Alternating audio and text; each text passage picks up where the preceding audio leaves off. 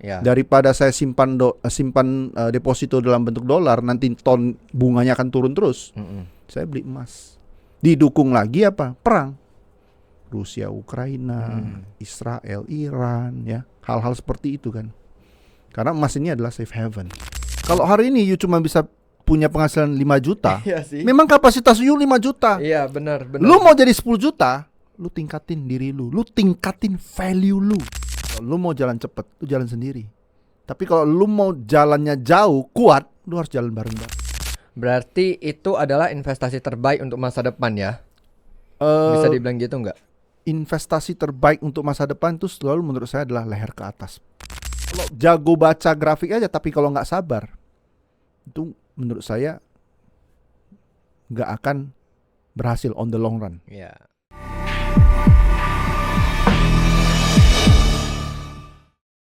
Welcome back di KMTV BDSM Bincang dengan si Merah. Dan hari ini kita mau bahas tentang, bisa dibilang ini market, saham, kripto. Dan ini anak-anak muda biasanya itu ngeliriknya ke sini. Salahnya di mana, prosedurnya seperti apa, kita bahas dengan Ko Hendy. Ko, boleh perkenalkan diri dulu kok. Halo, perkenalkan nama saya Hendy. Kalian bisa lihat aktivitas saya sehari-hari di Instagram saya @hendytrades. Oke.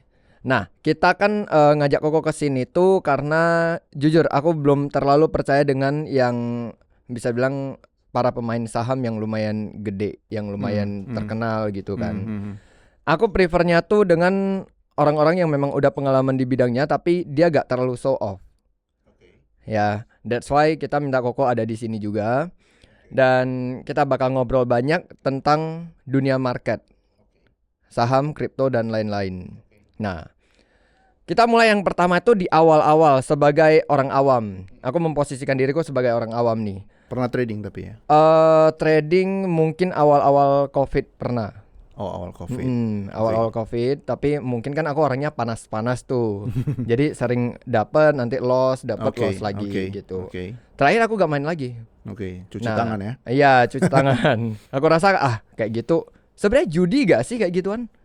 Nah, jadi gini, apapun itu, mau trading, mau bisnis, kalau kita, ini pengertian saya, kalau kita nggak punya yang namanya skill set, terus kita taruh uang kita, kemudian kita berharap ini bisa berlipat ganda, bisa cuan, bisa hidup dari sana, itulah pengertian gambling.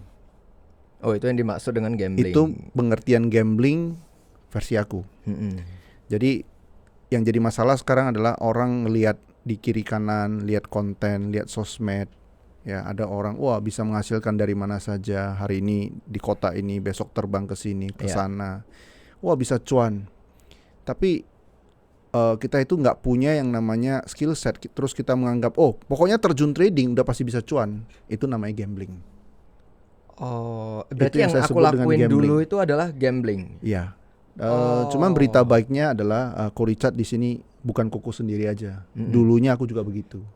Di awal-awal 10 sampai 15 12 sampai 15 tahun pertama saya trading. Saya pikir saya itu trading.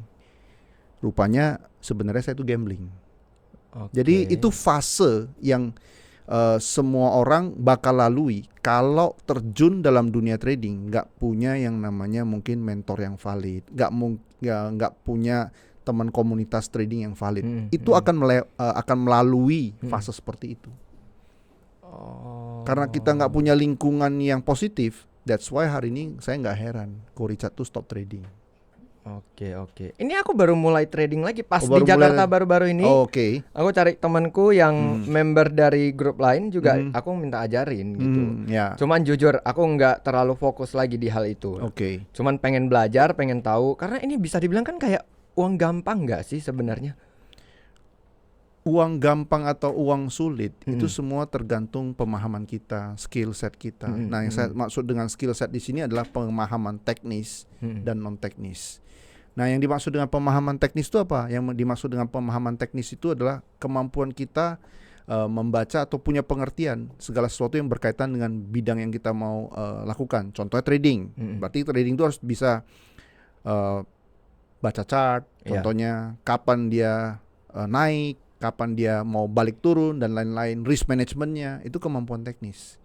Nah, pertanyaannya adalah apakah kalau saya sudah punya ini sudah cukup, sudah bisa hidup dari trading? Enggak. Kenapa? Karena kita punya satu lagi skill set yang namanya non teknis, yaitu seperti apa? Mindset, psikologis trading. Psikologi trading. Psikologis maksudnya kayak kita gak boleh lihat ini bisa kayak cuan gitu Nah, cepat. gini, contoh tadi Ko Richard sebutin di awal ya. Saya ini orangnya panasan. Iya. Sehingga ya cuan-cuan habis itu habis. Iya. Nah, itu psikologis trading. Nah, Oke, bagaimana namanya psikologis berarti berkaitan dengan adrenalin. Adrenalin ini kalau naik turun. Ya, kita nggak pernah yang namanya di fase yang stabil kan. Seorang profesional trader yang teruji, ya mereka itu nggak ada yang namanya lagi FOMO, nggak ada yang namanya lagi pandai baca chart tapi nggak pandai cut loss, nggak ada lagi kayak gitu-gitu. Nah, itu namanya psikologis trading. Oke. Nah, apakah pemahaman secara teknis saja berarti psikologis trading kita udah benar? Enggak. Psikologis trading ini kita akan semakin wise ketika kita sudah punya pengalaman. Nah, yang jadi masalah adalah kalau kita melalui ini semua sendiri, nah kita akan mencapai fase yang stabil ini akan jauh lebih lama. Itu jadi masalah sih sebenarnya. Oke. Tapi pengalaman butuh juga berarti ya. Pengalaman di bidang butuh. ini. Jadi justru pengalaman itu yang akan buat kita makin wise kan. Benar. Gitu. Berarti siapapun umur berapapun berarti gak ada kata telat untuk main dalam hal market trading. Yang ini. namanya belajar sebenarnya wisdomnya itu nggak ada yang namanya kata telat. Telat itu kalau kita undur terus. Merasa masih muda. Contoh lah ya, saya contoh analogi insurance. Saya masih muda, ngapain beli insurance?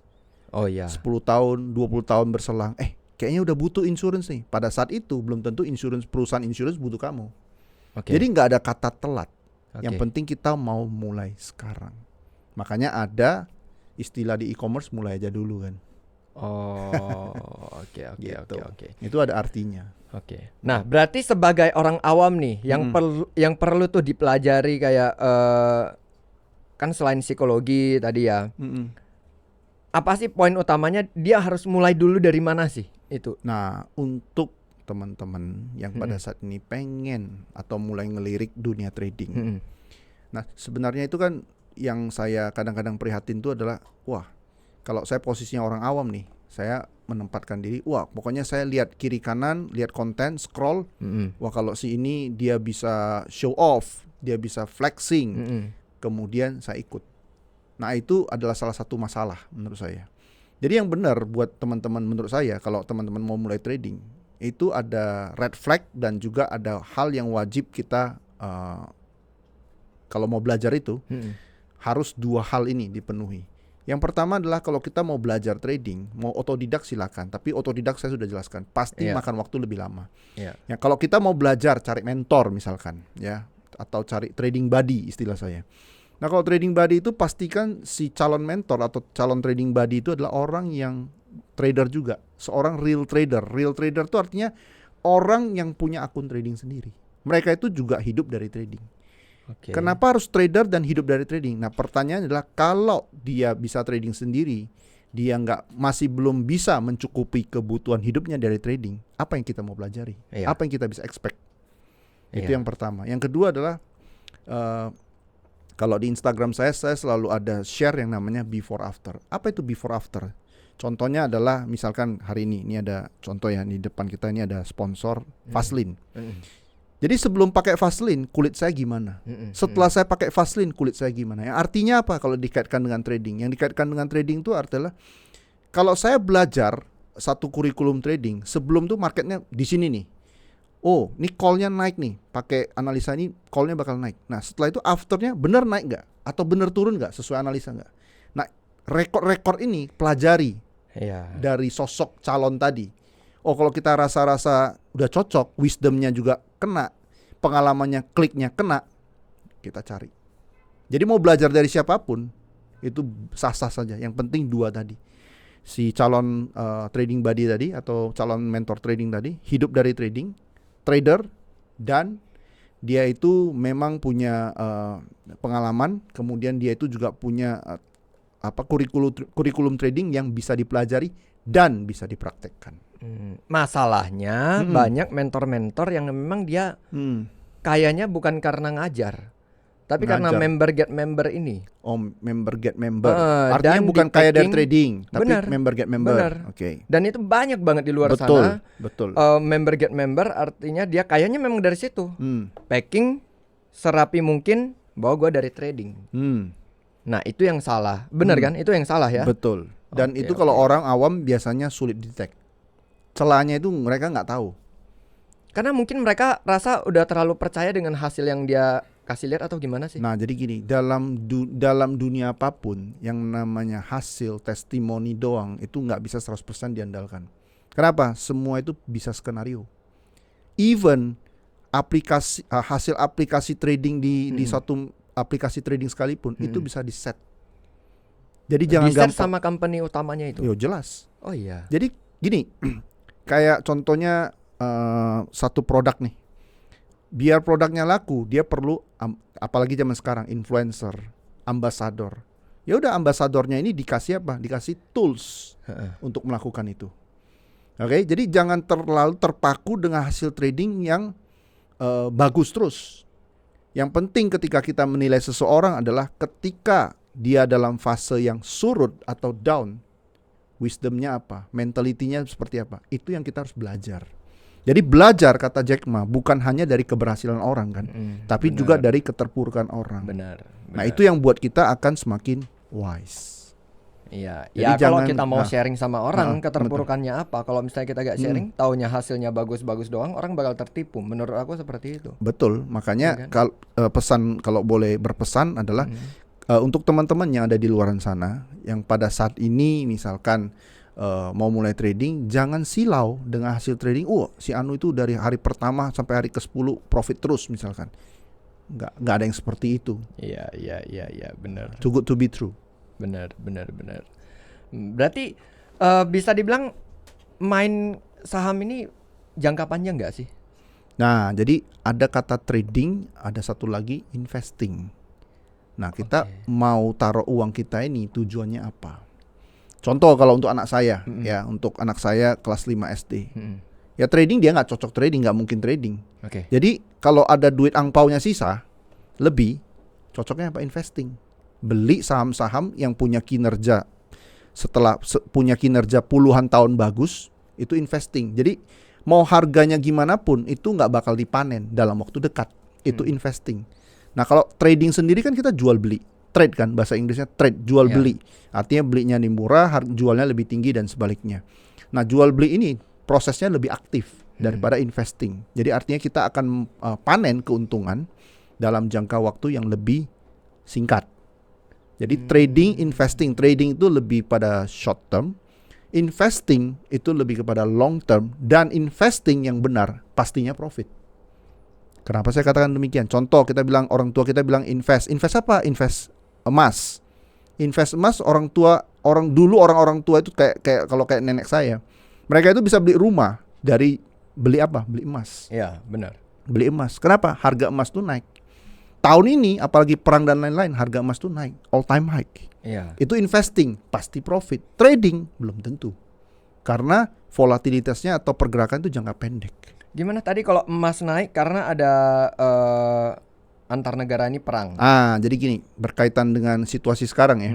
Jadi penyebab kenapa harga emas naik ini kan dua. Iya. Pertama, Amerika itu potong bunga. Ya, Amerika itu udah mulai potong bunga. Artinya orang nggak minat lagi ke dolar kan. Ya. Daripada saya simpan deposito dalam bentuk dolar, nanti ton bunganya akan turun terus. Saya beli emas.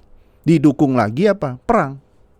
Rusia, Ukraina, Israel, Iran, ya. Hal-hal seperti itu kan. Karena emas ini adalah safe haven. Jadi kalau situasi panas, situasi nggak beres, orang cari sesuatu yang lebih pasti, yaitu berarti apa? itu Emas. efek ya? Efek. Bagaimana dengan kripto? Itu efek gak dengan perang-perang ini? Jadi gini, untuk kripto, saya lebih lihat contoh ya. Kalau kita ngomong kripto ini mungkin kita lebih persempit ke Bitcoin lah ya. Kayak Bitcoin, ya menurut saya dalam waktu dekat nih Bitcoin akan fase bull run. Bullish. Bull run itu artinya, saya pakai istilah ya. Jadi bull run itu artinya bullish. bullish itu kan naik kan harganya ya. Artinya untuk Bitcoin ya, perspektif saya ada kedepannya adalah naik. Kenapa bisa naik? Karena contoh pada saat ini bulan 11 nanti, tepat 1 bulan dari sekarang ya, bulan 11, jikalau misalkan Trump terpilih, nah Trump ini alirannya apa? Dukung kripto. Dukung segala regulasi mempermudah untuk kripto. Nah, kalau dengan demikian, maka peminat atau demand untuk Bitcoin, orang beli Bitcoin akan lebih tinggi lagi kan, karena secara regulasi sudah lebih dipermudah gitu kan oleh Presiden Amerika. Nah, itu calon Presiden Amerika dari Donald Trump. Apalagi di beberapa negara kan bisa pakai Bitcoin untuk pembayaran kan? Benar ya, beberapa negara bahkan menyimpan atau cadangan devisa dalam bentuk Bitcoin, negara-negara kecil ya. Secara fisik? Ya. Secara fisik utuh koin gitu atau gimana? Kalau Bitcoin kan digital ya. Digital. Jadi artinya mereka punya uang berapa, mereka convert ke Bitcoin. Ada pegangannya nggak gitu? Bitcoinnya nggak ada. Nggak ada pegangan? Iya, nggak ada dong. Oh, oke. Bitcoin nggak ada pegangannya dong. Karena kan dia adalah digital asset kan. Sesuai pengertiannya digital asset gitu loh. Maksudnya gini loh, gak bahaya kita menyimpan sesuatu yang kita nggak pegang? Beberapa orang menganggapnya demikian. Tapi beberapa orang menganggap demikian. Jadi dunia investasi itu kan luas.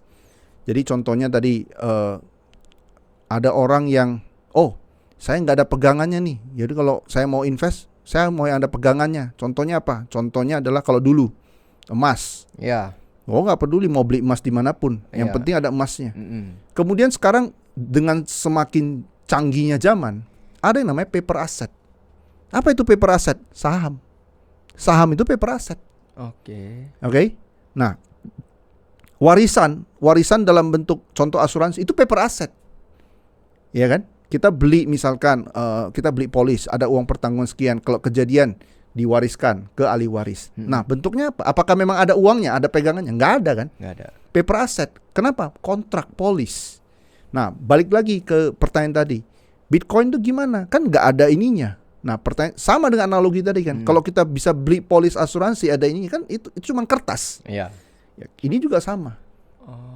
Suka nggak suka, ya percaya nggak percaya, dunia ini mulai berubah. Dunia ini mulai bertransformasi dari yang fisik. Sekarang bahkan orang beli emas nggak perlu ke toko emas, nggak perlu pegang emasnya, telepon, aplikasi. Iya, benar. Nah, apakah kalau kita beli aplikasi atau digital gold, kita nggak percaya, kita nggak percaya kita udah beli gold? Itu pertanyaannya. Gitu loh. Berarti kalau ini bilang jangka panjang, one day kalau misalnya sistemnya down atau crash gitu, Bitcoin ini gimana? Orang-orang yang invest di sana memungkinkan nggak? Maksudnya gini loh, kita sebagai orang awam kan pasti mikirnya, apalagi kayak orang tua gue lah, taunya fisik. Ya nanti tiba-tiba kalau misalnya websitenya down atau kita gak bisa ini, pemerintah bilang Bitcoin kayak gini-gini, rugi dong. Nah, jadi gini ya, saya yang sepengetahuan saya, kalau untuk aset-aset digital itu simpannya ada yang namanya digital wallet atau cold wallet. Jadi Bitcoin kita ada berapa jumlahnya itu nggak disimpan di currency-nya atau di exchange-nya. Ibaratnya kalau kayak Binance itu kita simpan kayak misalnya di banknya, kita nggak simpan di banknya. Ada tempat penyimpanan khususnya, ya namanya digital wallet. Nah, digital wallet ini verifikasinya itu banyak. Bahkan sekarang saya dengar terakhir ada yang pakai kartu. Iya, pakai kartu. Ya kartu itu ya kita pegang kan. Jadi artinya mau bagaimanapun keadaannya, kelak saya mau jual kalau harganya udah tinggi dan lain-lain, ya saya tinggal jual. Saya tinggal convert dari kartu ini. Oh, ini saldo saya di sini. Saya jual di exchange ini, mereka terima. Ya udah, uangnya kalau udah terjual cair gitu. Itu lebih safe berarti. Lebih safe. Jadi kalau orang-orang yang di aset kripto itu nggak ada yang namanya mereka itu taruh di contoh kayak misalkan di exchangernya. Jarang. Nah, ini juga ini ya buat teman-teman yang tapi kalau saya rasa untuk generasi Gen Z sekarang mereka itu lebih paham lagi. Oh iya. Ya. Gen Z lebih paham dengan ini. Harusnya ya. Iya, teman-temanku Gen Z kayaknya pada. Karena kalau nggak paham, nggak banyak orang yang tahu itu dalam bentuk kartu tadi. Bener. Aku pun taunya dari mereka dan Ya. itu kan kalau nggak salah di Cina juga di Taiwan kalau nggak salah juga pakai kartu. Betul. Kenapa di tempat kita belum? Ada? Ada juga yang pakai kartu? Ada. Justru saya tahu ini dari teman yang invest di kripto. Dia pakai kartu sekarang simpannya. Oh, kasarnya gini, berarti kartu ini fungsinya kalau misalnya one day itu ada masalah, kita ada pegangan di kartu ini. Jadi gini, kita kan beli contohnya di exchanger A. Berarti koin kita di A tadi dong. Iya. Nah, kita A ini hanya dipakai sebagai tokonya. Kita belinya di sana, tapi kita jangan taruh barang di sana. Jangan taruh Bitcoin kita di sana. Dipindahinlah ke namanya digital wallet. Oke. Nah, bentuk digital wallet nih ya macam-macam. Ada yang aplikasi, ada yang verifikasi lagi pakai kartu lagi. Tadi yang Ko Richard bilang kan. Nah, jadi contohnya seperti itu. Oh. Jadi kita udah beli barangnya dari toko itu exchanger, kita ambil. Cuman kan karena nggak ada fisiknya, itu ditransfer kan nilainya kan. Iya. Masuklah ke digital wallet tadi, yang verifikator tambahnya berupa kartu. Gitu. Oke. Nah, jadi sekarang ya memang suka nggak suka zaman sudah bertransformasi sampai ke sana. Mau gak mau ya. Iya. Iya. Oke. Nah, kita lanjut. Jadi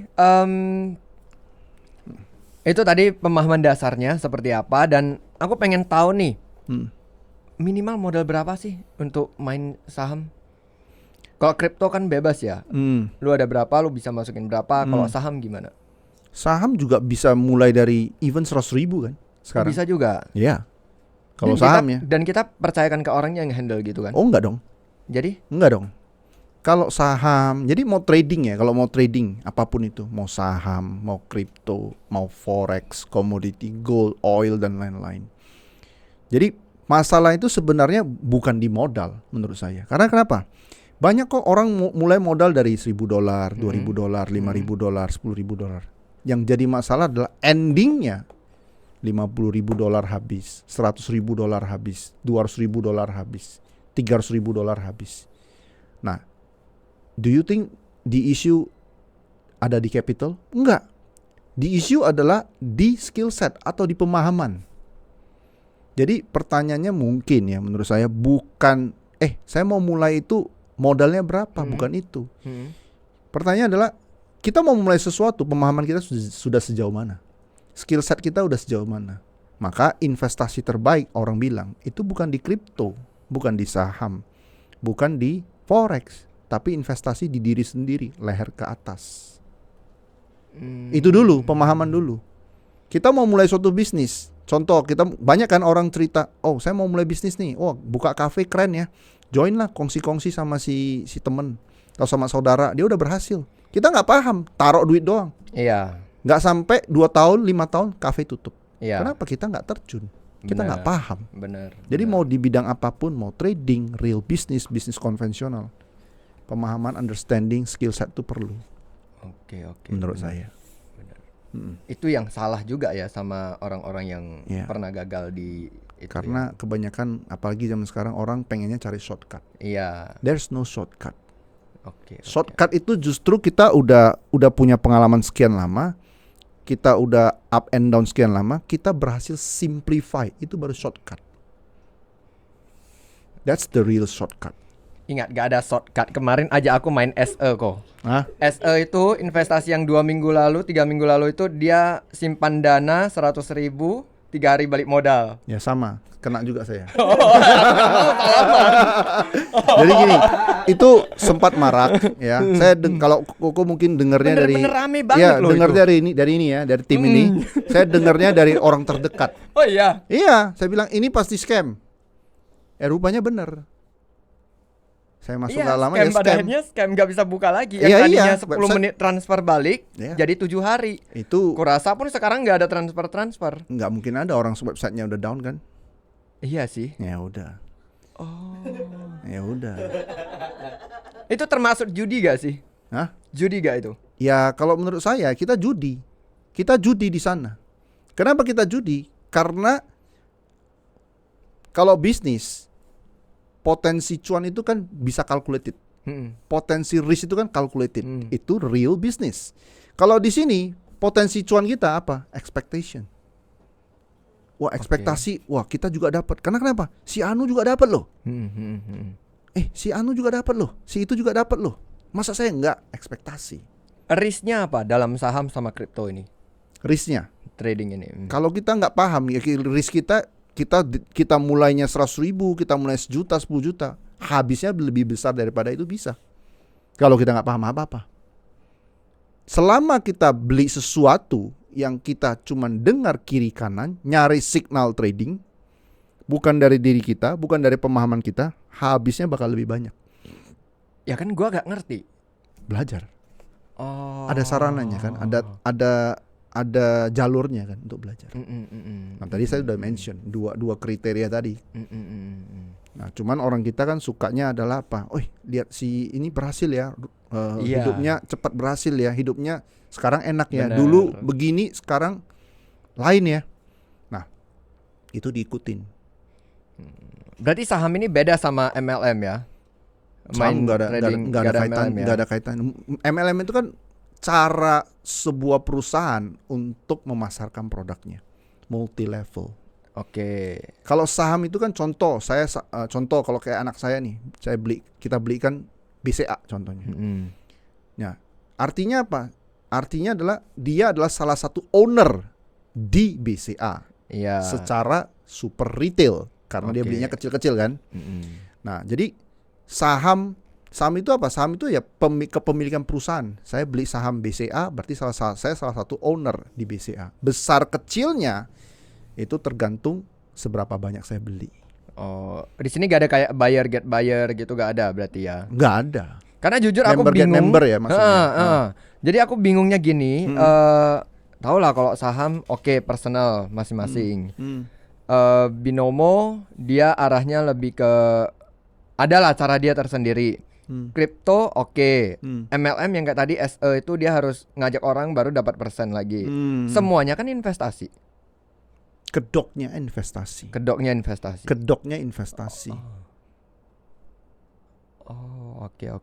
itu investasi. Jadi kita harus super curiga menurut saya terhadap segala bentuk penawaran yang dalam bentuk bidang keuangan, tetapi sistem pemasarannya adalah multi level. Oke. Ya, contoh kayak tadi Ko Richard bilang SE kan. Nah, SE sistem pemasarannya apa? Multi level. Pure multi level. Multi level kan? Yang dia putarin juga uang-uangnya kita juga kan? Iya, uang si A bayar ke B, B bayar ke C, C bayar ke A lagi. Mana yang jatuh tempo duluan itu yang diputar-putar. Dia udah terkumpul banyak. Nah, kenapa 10 menit itu bisa cair? Itu marketing campaign-nya. Wah, ini harus dikasih cair dulu nih. Agar kenapa? Agar dia bunyi, ngomong ke orang. Iya. Aku dapat loh. Nanti yang orang, masa? Iya, masuk gitu loh. Terbukti ngomong kalian sama aku. Ya kan? Banyak bunyinya kan? Terakhir masuk ya, terakhir down websitenya. Oke, tapi kan itu kan sebenarnya resikonya adalah di beberapa orang yang main ini ya. Ada temanku juga main, dia bilang ini adalah uang, kalau bisa simpannya uang dingin. Jangan benar-benar yang kebutuhan keseharian lo pakai gitu. Nah, justru ini saya sangat-sangat tidak setuju. Yang mana? Yang SE ini? Bukan. Ketika kita pendapat mainstream, opini mainstream di luar sana adalah mulailah sesuatu dengan cold money. Ya kan? Iya. Mulai trading pakai cold money contohnya. Saya nggak setuju. Kenapa saya katakan nggak setuju? Kenapa dikatakan? Jadi kita harus paham dulu ya. Kenapa dikatakan bahwasanya mulai sesuatu dengan cold money? Karena agar yang mau scam ini atau orang yang memang niatnya nggak baik ini buat produk ini, kalau kita mulainya dengan cold money, ketika habis nggak dampak besar. Orang ini nggak kemana-mana omongannya. Jadi yang benar contoh trading boleh pakai hot money nggak? Ya boleh. Kenapa nggak boleh? Kenapa boleh? Kalian pakai hot money boleh. Kalau apa? Kalau kalian memang punya skill setnya, punya pemahamannya, tahu caranya gitu ya. Udah tahu caranya, punya pengalamannya. Saya kasih contoh analogi. Banyak nggak pengusaha-pengusaha yang dia mau expand bisnisnya, dia pinjam uang orang, dia pinjam uang bank. Pinjam uang bank Cold money atau hot money? Pinjam uang bank. Ya, kita mau expand nih bisnis kita. Tahun lalu cuan sekian nih, kita mau buka cabang lagi nih. Kita mau expand bisnis kita. Pinjam uang bank, gadaikan aset. Cold money atau hot money? Tergantung pemahamannya sih. Itu pasti jelas bukan cold money. Kalau cold money adalah uang kayak yang habis, nggak ada masalah kan? Kalau kita udah anggunkan aset, oh iya ya, hot money dong. Iya hot, benar. Kenapa bener. banyak pengusaha dia nggak mau pakai uang sendiri? Kenapa mau pakai hot money? Karena dia tahu apa yang dia lakukan, dia perbuat. Ada calculated risk-nya, ada calculated potential profit-nya. Itu bisnis. Makanya kalau dibilang mulai trading dan lain-lain tuh pakai cold money, saya nggak setuju. Kenapa? Itu hanya adalah agar apa? Kalau terjadi sesuatu, kita itu Ya orang udah, nggak ribut. Iya benar. Ya, Mindsetnya ngapain dapat. sih? Lu ngapain ribut sih? Ya udahlah, itu kan kemarin Benar. uang nggak kepake kan? Ya udah. Justru Iya kita sih. harus tekankan sebagai pelaku di bidang finansial, kita harus tekankan pentingnya understanding, pentingnya skill set. Jadi kalau udah ada skill setnya, we don't care. Lu mau cold money, lu mau hot money nggak ada masalah. Karena lu udah paham kan? Iya sih, ada benernya juga ya. Kalau kita pakai hot money, tapi kan hot money ini kan jadinya kita mau nggak mau, ini uang yang benar-benar kita prepare untuk 1 bulan 1 tahun ke depan loh. Jadinya kalau misalnya hangus, nah itu cerita kalau kita nggak pernah kita nggak paham kan? iya sih. Kita nggak paham kan? Contoh kalau orang udah paham, oh gua kalau misalnya drop sekian, gua close, gua cut. Atau contoh orang bisnis deh, gua buka toko sekian, oh nggak bisa running sekian, udah kepake sekian, dia gua cut, gua tutup. Bisnis ada potential profit, ada potential loss. Jadi kalau kita mau mulai sesuatu yang nggak boleh loss sama sekali, kemudian kita nggak ada pemahaman, you better don't start. Nggak usah mulai. Jangan mulai. Yang kita boleh mulai itu adalah apa? Kita udah paham. Oh nature-nya begini. Contoh kita mau misalkan buat kuliner. Oh nanti supplier dari sini ya. Rekrut karyawannya begini ya. Bener. Promosinya pakai si anu ini ya. Kita masukin kemana ya? Kita udah paham. Yang kalau kita nggak paham adalah nanti belinya di mana? Bisa ngutang berapa lama? Nah, kita kalau nggak paham itu, kita pakai cold money, ya cold money itu kan habis juga, bakal habis. Tapi benar sih mindsetnya gini, gua main, jadi baru-baru kemarin minggu lalu gua main pakai cold money, gua gak pantau sama sekali. Bagi gua itu adalah risk. Kalau misalnya dia udah say goodbye, ya udah selesai. Ya udah. Dan gua pun bakal diam, itu benar. Iya. Nah waktu awal-awal gua main pakai hot money, waktu gak dapet, gua marahin itu semua orang yang ini. Kesel banget gitu. Iya betul, ada betulnya juga sih. Nah berarti secara gak langsung kan Koko ngajarin orang untuk ini enggak sih? Jadi gini, kalau teman-teman lihat Instagram saya itu kan, saya itu sering share ya, apa yang saya buat di market. Ya baik itu analisa mingguan, bisa dilihat di YouTube saya. Ya itu link tree semua ada di Instagram lah ya. Jadi intinya adalah saya sendiri ini trading untuk diri sendiri. Nah, buat teman-teman yang memang sependapat, setuju, ya itu bisa trading bareng. Iya. Kita bisa trading bareng. Nah, ketika sudah trading bareng, itu saya bakal ajarkan. Saya bakal share. Share apa? Cara saya ngelihatnya gimana. Jadi saya bukan hanya provide, oh arahnya begini ya, you buy di sini ya, you stop di sini ya, you take profit di sini ya. Nggak diajarin. Itu nggak akan membuat orang itu menjadi independen. Oke. Harus, kalau kita mau sukses di bidang apapun, contoh di trading, you harus bisa independen. Benar. Harus bisa independen, nggak bergantung sama saya. Saya itu hanya teman apa? Teman trading buddy, trading partner. Ya, kita bisa saling share informasi, kita bisa saling share opinion. Ya, decision harus kamu. Itu prosesnya seperti itu. Kalau kita bergantung sama orang lain, ya kemudian ya nanti ujung-ujungnya apa? Ujung-ujungnya saling menyalahkan. Kayak tadi kan, yang diajak dimarah-marahin, misalkan kan. Benar. Nah, at the end ujung-ujungnya apa? Ya Ko Richard juga nggak dapat apa-apa kan? Benar, nggak dapat apa-apa. Nggak dapat apa-apa. Iya sih. Gitu. Gua pengen nanya satu. Koko main ini udah berapa lama? Kebetulan saya kenal trading tuh dari 2007. 2007. Jadi 17 tahun. Cuman ya to be honest, 17 tahun tuh bukan 17 tahun yang mulus. Iya. 17 tahun itu penuh up and down, penuh FOMO, penuh ya banyak lah masalah-masalah trader-trader. Contoh seperti down, ya rungkat dan lain-lain. Ya itu jadi bisa dikatakan 14 sampai 15 tahun pertama itu saya pikir saya trading. Rupanya saya gambling. 14 tahun gambling. Iya. Kita nggak sadari. Kenapa gambling? Contoh udah kalah kita lipat. Ya. Udah kalah kita tambah. Ya. Kita nggak tahu kapan jadi stop. gimana kalau kita udah kalah, kita harus gimana tuh? Jadi gini, kalau menurut saya trading yang benar itu adalah kita punya trading plan. Plan dulu. Oke, di high level sekian kita buy ya. Nah, buy ini kan kita harapin naik contohnya. Yang jadi masalah adalah orang selalu berharap naiknya.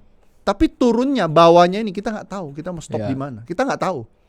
Kecuali kita investor. Investor kita contoh kayak anak saya kan. Dia itu investor BCA. Ada duit angpau berapa, sisa beli BCA. Itu investor. Yang artinya kita tidak akan panen ini, BCA ini, dalam jangka waktu 5 tahun, 10 tahun. Mungkin 15-20 tahun akan datang, dia baru panen. Itu investor. Nah tapi kita kalau mau trading, kita kalau udah kalah gimana? Kita mesti tahu di level mana kita harus stop. Itulah yang saya sering sebut invalidation. Kalau istilah teknisnya. Lu beli, turun sampai sekian, itu invalidation, you stop. And then you look for another entry lagi. Itu trading.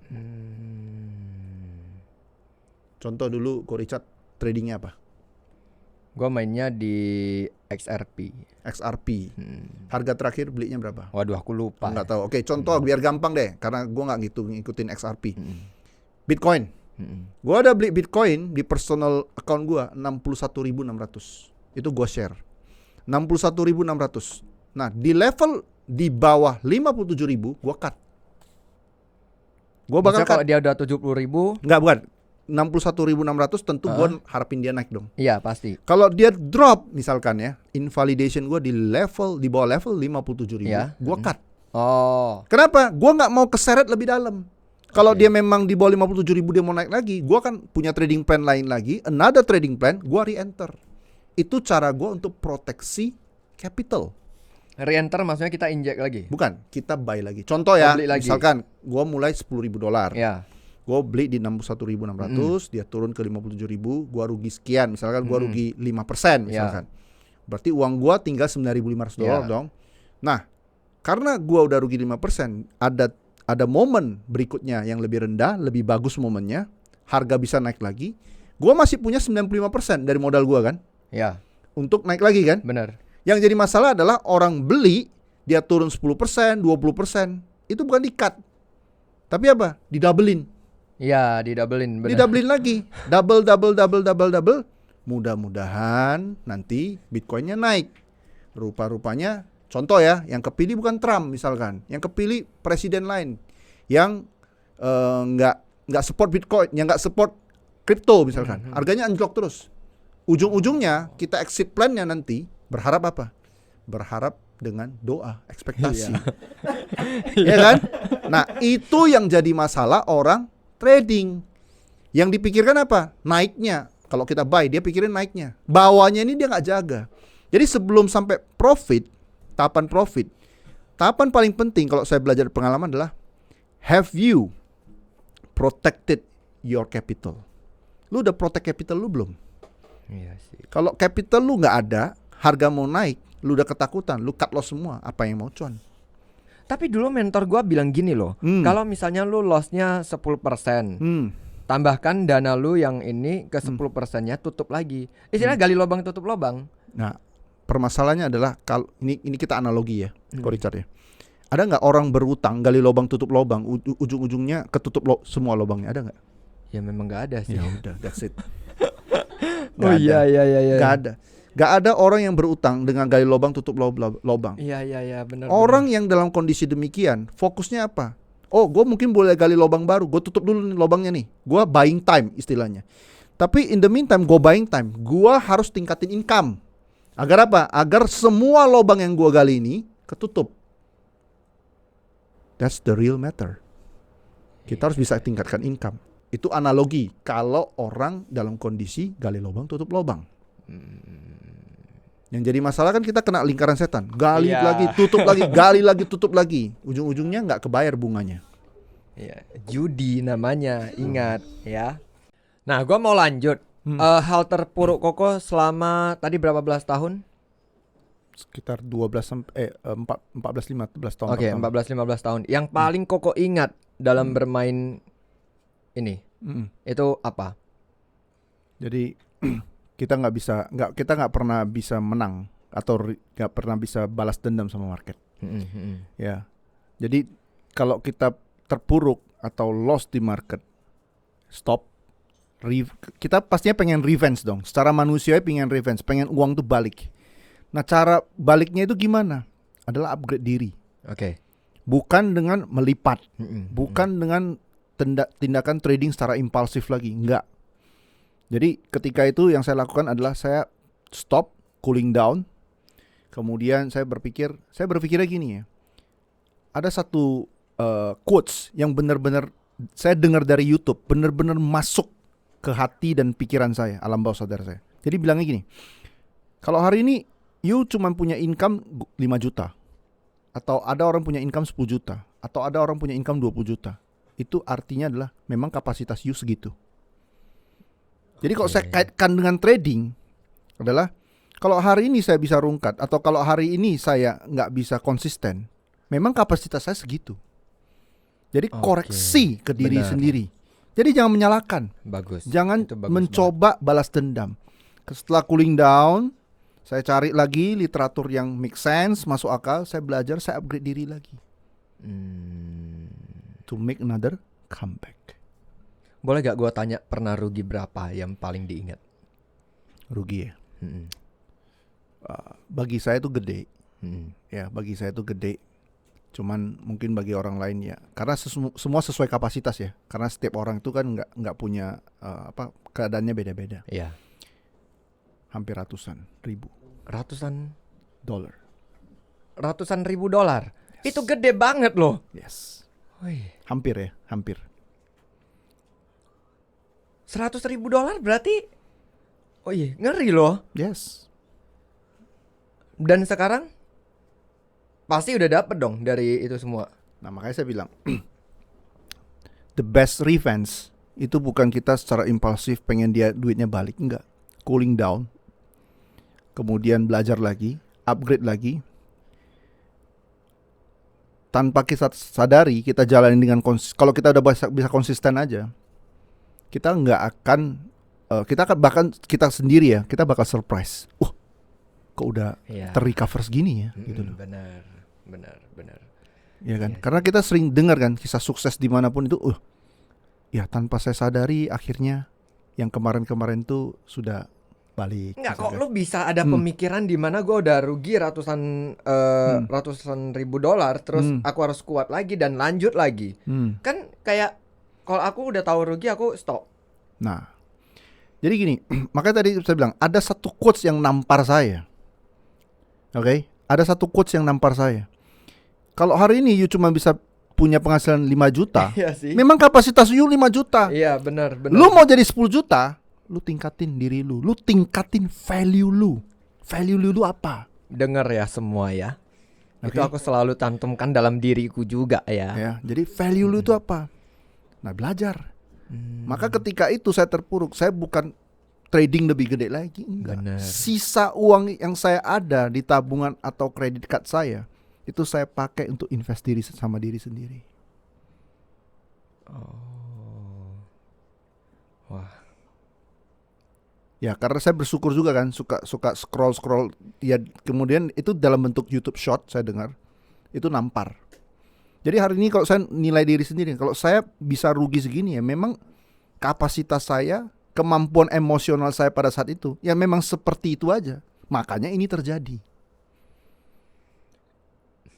Jadi jangan disalahkan marketnya. Berat sih kok pemahamannya kayak gitu. Gak semua orang bisa seperti itu. That's why. Iya kan? That's why. Ada pepatah bilang kan, kalau lu mau jalan cepet, lu jalan sendiri. Tapi kalau lu mau jalannya jauh, kuat, lu harus jalan bareng-bareng. Artinya apa? kalau lu mau sukses di trading, bisnis trading tuh very lonely business. Ya artinya kalau lonely business, kalau lu mau capai satu level konsisten seperti konten-konten yang kita pandang dengan mata itu sedap, itu prosesnya lama. Maka saya buatlah grup trading. Tujuannya apa? Agar tujuannya teman-teman lain yang mau belajar, yang benar-benar punya visi yang sama, mereka itu mudah-mudahan nggak harus lewati proses seperti yang saya lalui. Itu bayar gak? Enggak. Sampai hari ini tidak bayar? Enggak bayar. Kenapa? Karena tujuannya adalah pengennya bareng-bareng dan syaratnya itu cuma trading bareng. By Zoom? Trading bareng itu gini ya, trading bareng itu artinya kita belajar kurikulum trading yang sama. Oke, kemudian itu ada grup tradingnya. Jadi secara bisa saya katakan real time itu saya share analisa, outlook, kemudian bener-bener real time. Ya, begitu saya planning dulu, sometimes saya planning di awal, nanti jam segini kalau kondisinya begini kita ambil. Oke. Terus kalau udah saya ambil, ya udah saya info. Kita bisa diskusi di sana. Pernah nggak lu share gitu habis itu ada masalah dengan hal itu? Misalnya kayak ternyata turun gitu. Gini. Kita share sesuatu. Jadi saya terima orang trading bareng itu kita harus ngobrol dulu, minimal baik by Zoom yang di luar kota ataupun mereka yang sudah kenal saya. Oke. Yang kurang lebih mereka bukan kertas putih. Artinya mereka itu bukan orang yang memang benar-benar nggak paham. Jadi kalau mereka nggak bisa terima ada probability risk dan lain-lain, mereka itu nggak dapat mindsetnya, kita nggak sefrekuensi, you better close your account, trading account. Nggak usah trading. Karena memang you nggak siap untuk trading. Kalau nggak siap untuk trading jangan dipaksa. Sesuatu itu kalau udah dipaksa dari awal hasilnya nggak bagus. Iya. Karena memang trading kan nggak semua bidang itu untuk semua orang. Nggak, masalahnya apa yang lu dapat ketika lu ada grup ini tapi lu nggak, sedangkan di tempat lain? Jadi gini, yang saya dapat di grup tradingnya tentu saya. Jadi gini, dalam dunia trading itu saya punya 2 income pada saat ini. Active income and passive income. Active income itu adalah kalau saya trading, saya cuan itu active income.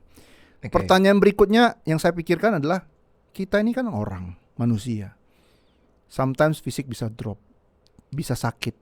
Dengan kondisi saya punya tanggungan, saya punya keluarga, kalau saya sakit dan lain-lain, saya nggak bisa terus-terusan trading. Maka saya bangunlah passive income di luar daripada active income. Karena pada saat ini memang saya ada partnership dengan sebuah perusahaan broker yang saya percaya untuk trading, yang dimana teman-teman yang pengen trading bareng itu bisa join dengan referral bareng saya. Di sana dari teman-teman yang trading bareng saya mendapatkan yang namanya rebate atau istilah saya adalah passive income. Jadi untuk yang didapatkan tadi kan nggak bayar nih, tapi ada passive income yang bisa saya dapatkan dari teman-teman yang trading bareng dengan saya. Gitu. Oke. Jadi aktif jadi di grup itu ya saya bangun apa? Saya bangun passive income. Oke. Tapi kan lu membuktikan sama orang tuh, lu main, terus lu juga ngajarin. Itu benar-benar ada berarti ya? Yes. Oke. Itu bisa dilihat di aktivitas sosmed. Kemudian itu juga grup ada. Nah, grup trading itu saya ada 2 ya. Grup trading secara general atau public. Public itu buat teman ini saya share beberapa info, tapi nggak sedetail yang di grup premium. Grup premium itu untuk teman-teman yang udah trading bareng. Tujuannya apa? Tujuannya adalah teman-teman bisa nilai dulu, bisa minimal mereka punya input untuk bisa trading secara valid. Oke. Jadi ada 2 grup, grup public dan grup premium. Jadi premium tuh buat yang trading bareng ya. Kan public itu untuk semua orang bisa join di grup generalnya atau grup public ini. Tapi gak ada biaya pastinya. Gak ada biaya. Kok pengen nanya, ada keinginan punya McLaren gak?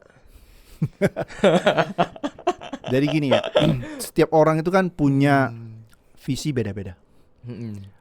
Kalau ditanya untuk McLaren ya atau warna apa gitu ya, visi saya nggak ke sana. Terus terang, visi saya nggak ke sana. Karena mungkin pada saat ini prioritas saya kan udah punya keluarga. Yang saya harus pikirkan apa? Yang saya harus pikirkan ya anak, istri gitu kan. Jadi daripada budget untuk ke sana, saya lebih mikirkan untuk invest ke masa depan anak sih. Ya benar sih. Ya mungkin karena Cuman itu nggak salah juga ya menurut Iya, saya. iya, Nggak benar, salah benar. juga. Kenapa? Karena mungkin kondisi di orang tersebut adalah dengan punya McLaren tadi itu adalah leverage untuk dia naik ke level ekonomi berikutnya. Nggak salah juga. Iya. Inisialnya apa kok? Timothy ya. No comment. Enggak, kita nggak ngomongin tentang itu ya. Ya. Ya, yang penting berarti gua kalau mau belajar saham gua cari Koko. Pasti. Mhm. Tapi ada satu yang pengen gua tanya. Mhm. Yang paling cocok untuk sekarang kita beli itu apa? Nah, Dari segi Bitcoin, kripto sama saham ini apa? Nah sekarang saya mau tanya balik nih ke Richard. Tujuannya apa dulu nih? Invest atau trading? Kalau tujuannya invest, saran saya adalah paling gampang lah. Paling gampang tuh artinya lu merem, tapi lu nggak usah peduliin. Oke, lu beli saham-saham banking blue chip. Itu yang saya Contohnya apa? Itu yang saya lakukan ke anak saya kelas 5 SD. Oh iya. Yes. Emang jangka waktu berapa lama itu udah mulai menghasilkan? Kelihatan. Dengan gini ya, saya nggak peduli ini harga saham blue chipnya ini, bankingnya ini dia mau naik mau turun, itu akan dipanen mungkin 10-15 tahun akan datang. Oh iya. Yes. 10-15 tahun. Atau 20 tahun akan datang. Umur saat ini 10 tahun, kalau 15 tahun akan datang berarti 25 tahun. Ya, usia dia mulai produktif kan.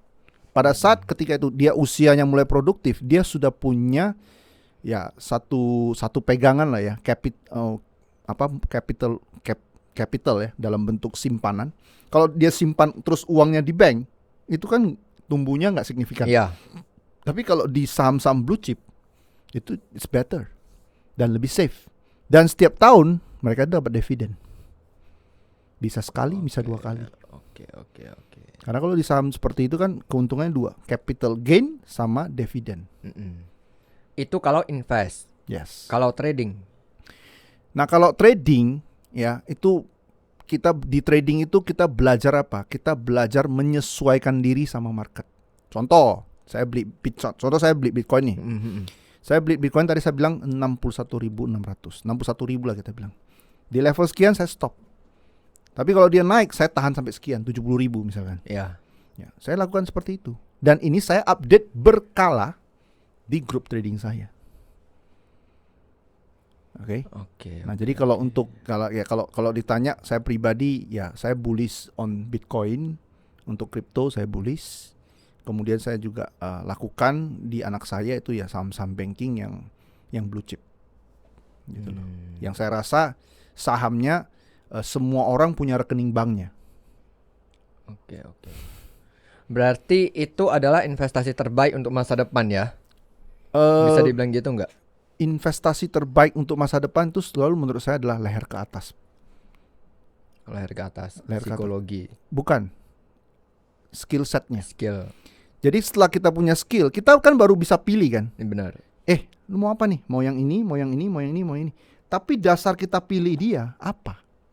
Nah, itulah skill set. Nah, karena anak saya belum bisa belum tahu karena masih kelas 5 SD, ya kita pilihkan dulu. Cuman kan dia punya tabungan nih, duit angpau dan lain-lain kan. Kita kelola untuk diri dia kan. Karena kalau dia nggak belikan itu pun dia tabung di celengan atau di tabungan kan.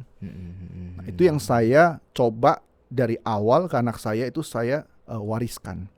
Karena mewariskan materi bisa habis. Mewariskan ruko bisa dijual. Iya.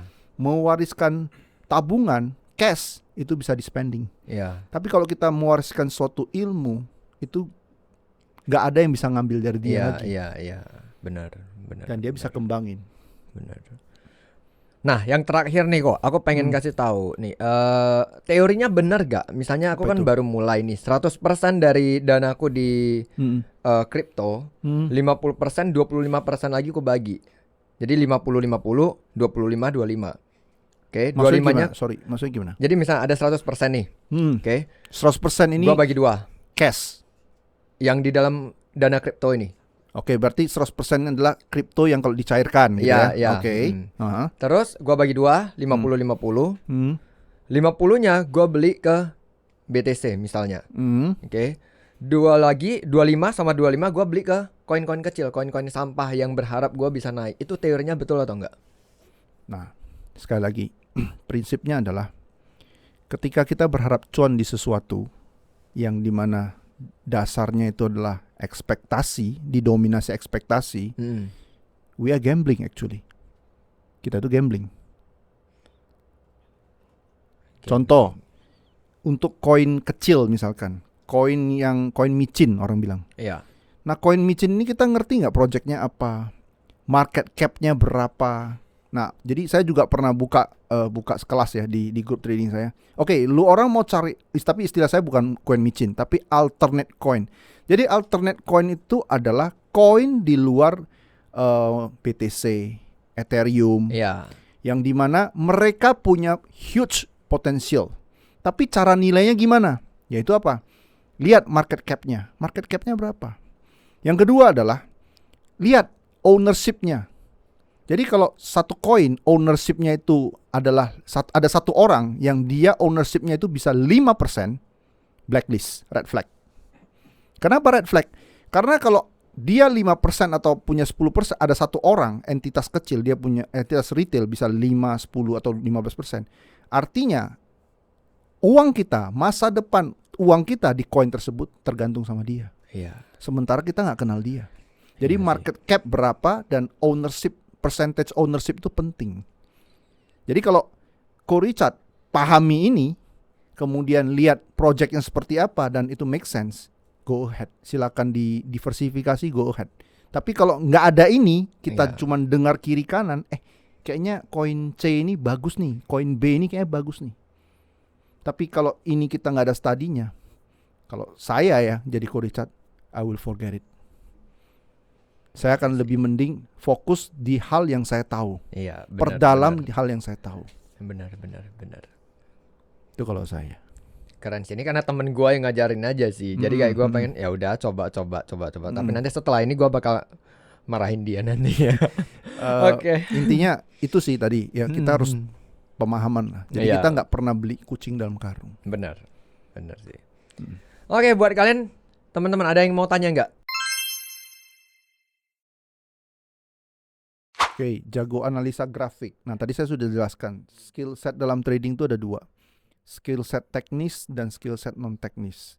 Jadi contohnya adalah seperti yang saya share di YouTube saya, itu adalah skill set teknis.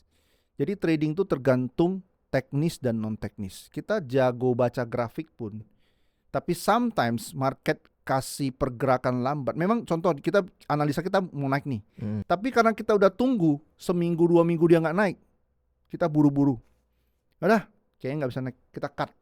Artinya apa? Kita didominasi oleh ketidaksabaran. Ketidaksabaran itu apa?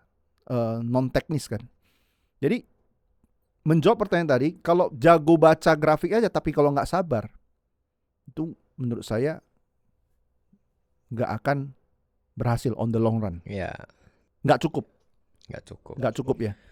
Jadi makanya psikologis dan teknis itu penting. Nggak bisa. Jadi skill set teknis itu nggak bisa stand alone dia. Oke, ada lagi?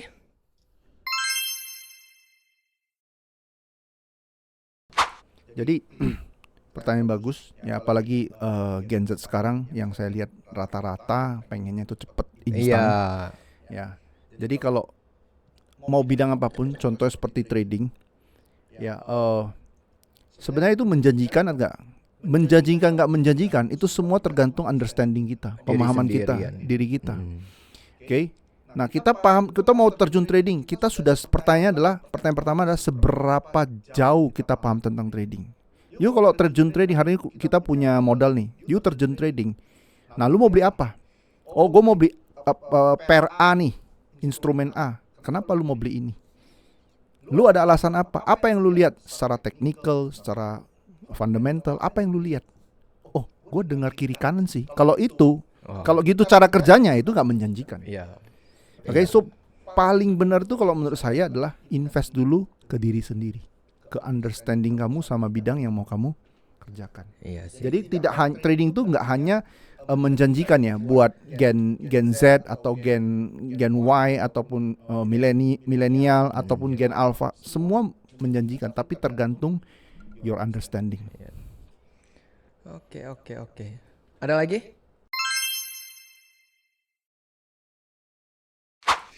Oke. Ini kalau saya nggak salah, Yuna ini adalah salah satu follower baru di Instagram dan kayaknya dia kenal saya itu dari channel YouTube saya. Jadi buat teman-teman yang pengen pantau aktivitas saya di channel YouTube juga ada. Itu link tree-nya ada di link di bio Instagram saya. Oke, saya akan jawab untuk pertanyaan ini. 2.200 sekarang 2.650-an, dekat all time high. 2.200 itu artinya turun $400. Oke. Kalau saya bilang itu it's kind of a long shot ya, cukup besar ekspektasinya untuk turun sementara kondisi sekarang tidak mendukung. Nah, kalaupun emas akan koreksi, saya lihat itu kemungkinan tidak di 2024 ini. Tapi mungkin di 2025 tahun depan. Kemungkinan akan menyentuh angka itu. Saya nggak bisa bilang karena kenapa? Ini terlalu jauh. Oke. Dan kalau ditanya kondisi sekarang itu nggak mendukung. It doesn't make any sense kalau dari perspektif sekarang. Tapi kalau bisa nggak terjadi, ya bisa aja. Tapi mungkin tidak di tahun sekarang. Kenapa? Karena di tahun sekarang tidak ada fundamental yang mendukung ke sana. Selain daripada grafik, tidak ada fundamental yang mendukung ke sana. Fundamental tahun ini yang mendukung naik apa? Perang, geopolitik, ya kan. Kemudian yang kedua apa? Fed tuh mulai potong bunga. Jadi artinya orang nggak pegang dolar. Kalau orang, bayangkan kalau orang dulunya pegang dolar, sekarang nggak pegang dolar, uang lari kemana? Yes, ke emas dong. Iya, benar. Gitu sih. Wah, menarik. Aku nanti izin taruh link bio ataupun contact person. Jadi misalnya buat milenial ataupun Gen Z yang mau belajar trading bisa langsung ke Koko aja ya. Boleh, thank you. Sebelum penutupan kesimpulan 3, aku minta 3 kok. 3 awal. Atau ada lebih, jangan-jangan. Oke, saya coba. 3 kesimpulan kita mau mulai ini ya, mulai trading. Oke, kalau buat yang mau mulai trading ya, jadi yang pertama itu adalah jangan silau dengan segala bentuk-bentuk flexing. Pertanyaannya adalah kenapa sih orang buat konten flexing? Nggak jauh-jauh adalah untuk to impress other people. Untuk impress orang lain. Kenapa mereka mau impress orang lain? Karena mereka jualan. Oke? Agar jualan mereka itu laku. Ya, kalau orang yang benar-benar hidup dari trading, orang yang trader yang berhasil, do you think mereka masih perlu untuk secara aktif cari-cari member? Itu yang pertama. Jadi jangan silau dengan materi ataupun flexing. Yang kedua adalah kalau kalian pengen mulai trading, ya pengen cari, kayaknya lebih seru ya kalau punya mungkin trading partner, trading buddy atau mentor yang bisa guide. Nah, carilah orang yang punya minimal 2 kriteria ini. Yang pertama adalah pastikan calon mentor tersebut, calon trading buddy tersebut adalah orang yang memang seorang real trader. Artinya mereka punya akun trading sendiri dan hidup dari dunia trading. Loh, kenapa pertanyaannya mungkin harus hidup dari dunia trading? Karena gini, kalau dia sendiri nggak bisa memenuhi kebutuhan hidupnya dari bidang yang dia omongkan, doesn't make any sense kalau kita ikuti mereka. Itu yang pertama. Yang kedua adalah pastikan, ya, apakah kalau udah hidup dari trading, real trader itu cukup? Nggak cukup. Kenapa? Pastikan mereka itu punya kurikulum trading yang tersistematis. Agar apa? Agar bisa dipelajari dan bisa dipraktekin. Kalau bisa dipelajari dan bisa dipraktekin, kelak kalian akan bisa mempelajari sesuatu dari mereka dan kalian punya modal ketika terjun dalam dunia trading. Itu yang kedua. Yang ketiga adalah, yang ketiga ini adalah pada saat ini di luaran sana, ya, banyak sekali orang-orang yang mereka tuh buat konten tuh bombastis. Buat konten tuh bombastis. Nah, tadi pertanyaan di awal adalah apa yang terbaik? Saham, kripto, ataupun misalkan forex, ya. Menurut saya, ingat, kalian jangan silau terjun ke dalam satu bidang apapun itu. Oke, yang paling penting adalah sebenarnya bukan bidangnya yang buat bakal kalian berhasil, tapi skill set yang kalian harus punya. Jadi investasi terbaik itu bukan di saham, bukan di kripto, atau bukan di forex, tapi investasi ke diri sendiri, yaitu leher ke atas. Itu paling penting. Agar ketika kita terjun di bidang tersebut, kita ada isinya. Ya, kita bukan kayak istilah orang sekarang tuh bocah-bocah kosong gitu loh. Itu sih. Oke, sip. Thank you kok, belajar banyak hari ini. Pasti nanti kalau gue mau trading pasti gue kontak lo. Thank you. Pasti. Tapi pasti ya ini bukan member get member ataupun buyer get buyer gitu ya. Di sini nggak ada member get member ya, for sure. Ya, jadi kalau mau cari member get member juga nggak ada. Iya, oke. Karena yang kita cari itu adalah gain dari market, bukan gain dari selling atau gain dari others people money. Ya. Oke. Thank you buat semuanya. Thank you juga aku udah datang di sini. Ya. Bye bye.